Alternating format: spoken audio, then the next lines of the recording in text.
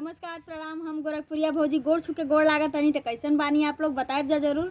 अब फिलहाल हम बड़ा आज दुखी में बाटी। दुखी में ही बानी कि हमार channel welcome film city world इतना हम लोग मेहनत करतानी फिर भी लगत आप लोग के वीडियो पसंद ना आवता। अरे यार कुछ तो सोचा तो यार, गोरखपुरिया भौजी का वीडियो पर आवेला ई तो सोच के लोन सब्सक्राइब कर चैनलवा के।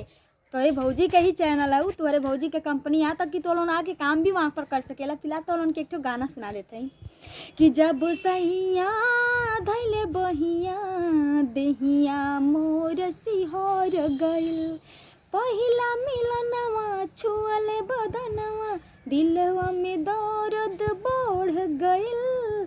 जब सैया धैले बहिया देहिया मोर सिहर गइल। वीडियो पसंद आई तो लाइक ज़रूर करिए और चैनल के सब्सक्राइब कर दिया, बेल आइकन घंटी ज़रूर दबाइए। तब नमस्कार।